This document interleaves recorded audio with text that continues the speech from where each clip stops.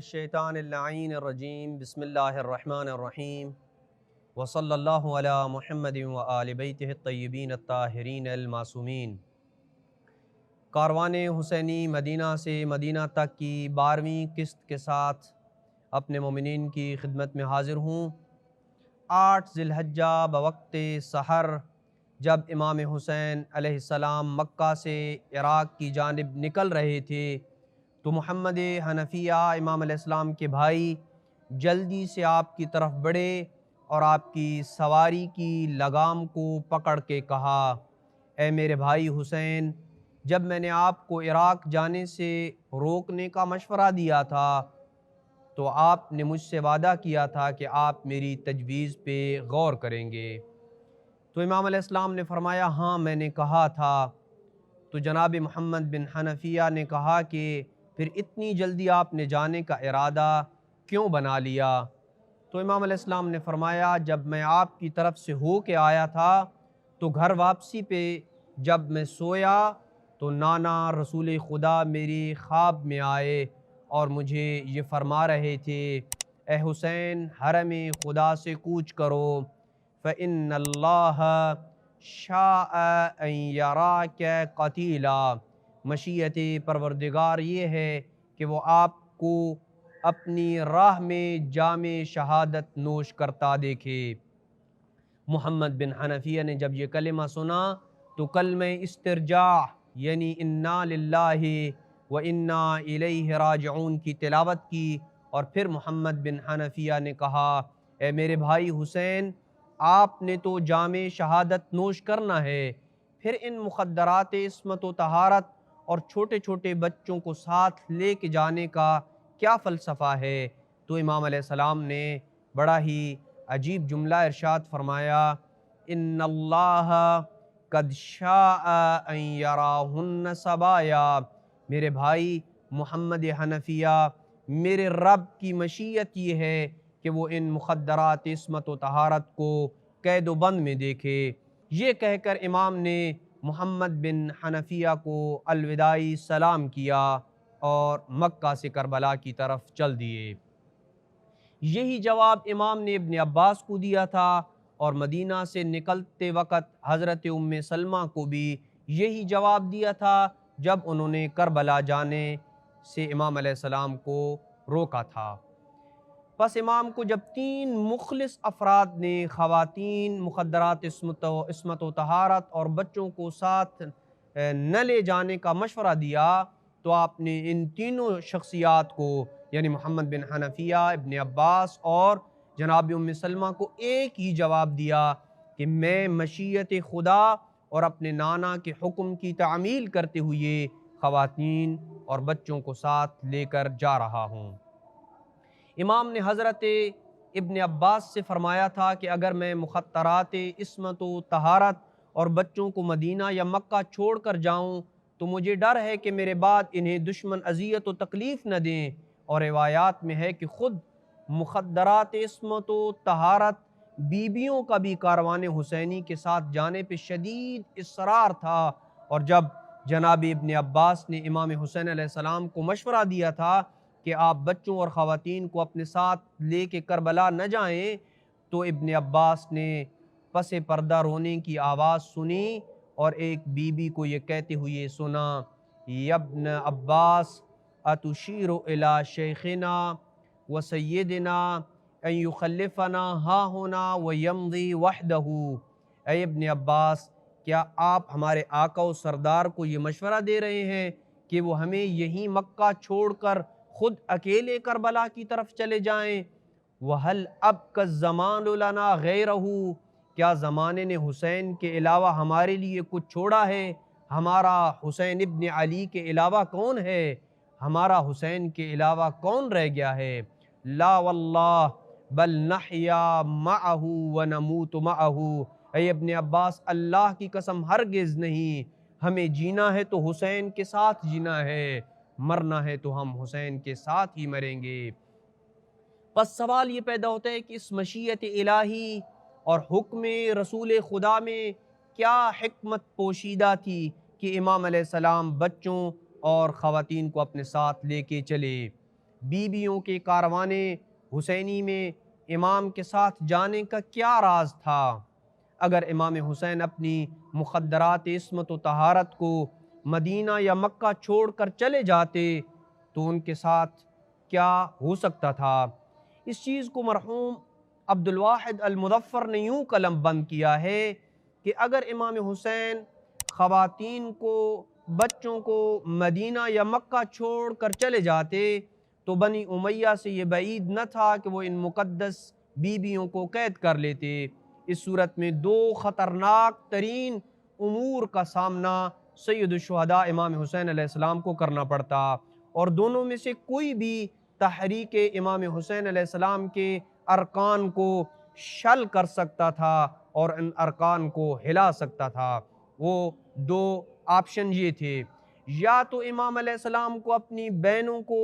اسیری سے آزاد کرنے کے لیے دشمن کے سامنے سر تسلیم خم کرنا پڑتا، اور یہ امام حسین علیہ السلام کی اصلاح کے نعرے کے خلاف تھا،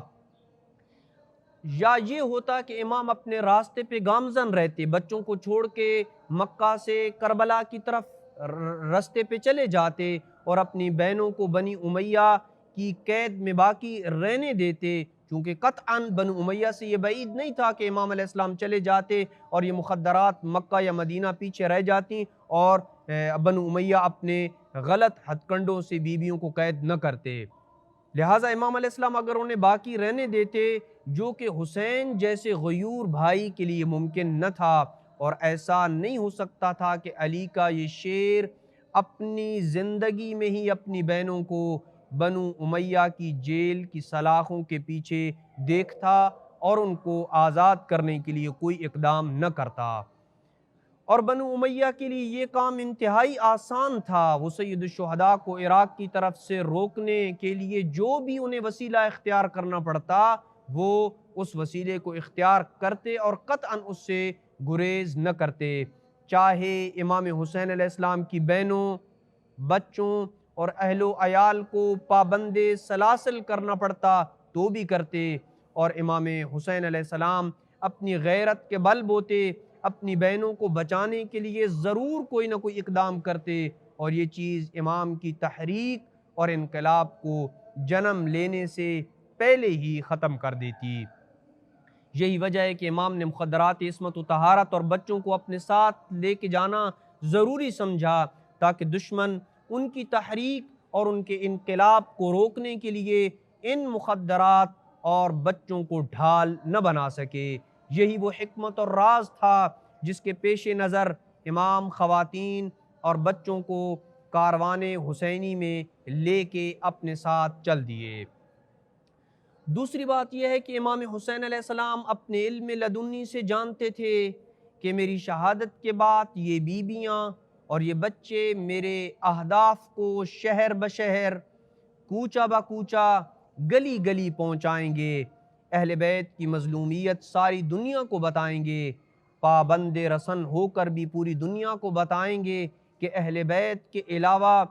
کوئی رسول کی مسند نبوت کا وارث نہیں ہے، اور ساری دنیا کو بتائیں گے کہ آل امیہ حقیقت میں کفر و نفاق اور اسلام دشمنی کا دوسرا چہرہ ہے۔ پس امام علیہ السلام کی کامیابی کا اہم ترین عنصر مخدرات عصمت و طہارت کو اپنے ساتھ لے کے جانا تھا، بلکہ اگر یہ احتمال نہ بھی ہوتا کہ امام کے مدینہ یا مکہ سے جانے کے بعد مخدرات عصمت و طہارت کو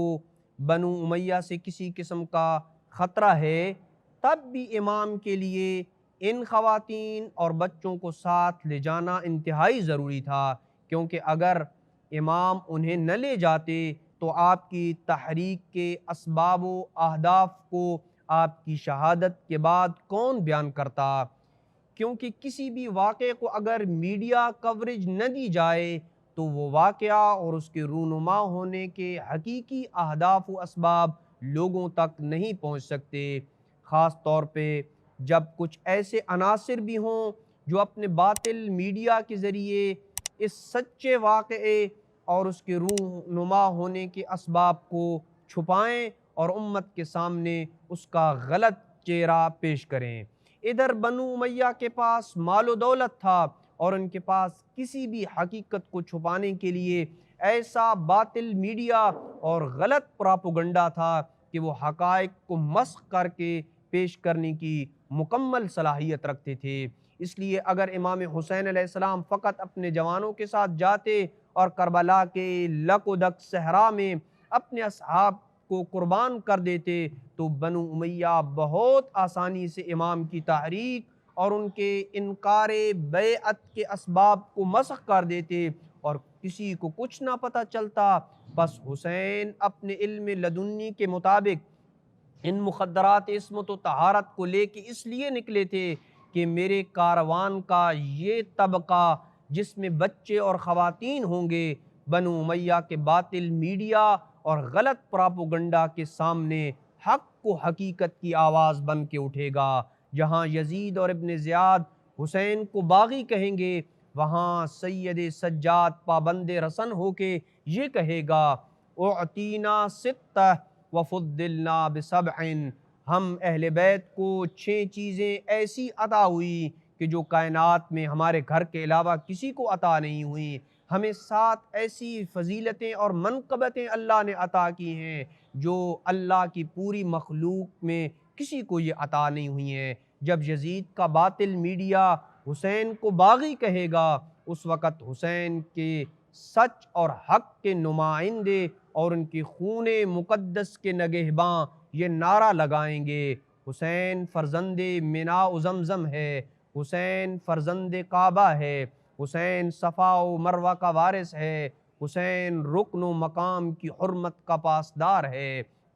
بس یہی وہ حکمت تھی اور راز تھا کہ حسین خاندان عصمت و طہارت کی مقدس بیویوں اور بچوں کو ساتھ لے کے کربلا کی طرف چلے تھے۔ یہاں تک ہماری گفتگو کا پہلا سلسلہ اختتام تک پہنچ جاتا ہے اور وہ واضح ہو جاتا ہے کہ امام حسین نے مکہ میں دوران قیام اپنی تحریک کے لیے کون سے اقدام کیے، جبکہ آئندہ قسط میں بنو امیہ کے ان اقدامات کو بیان کیا جائے گا جو انہوں نے امام حسین علیہ السلام کے مکہ میں قیام کے دوران آپ کی تحریک کو روکنے کے لیے کیے تھے۔ وصلی اللہ علی محمد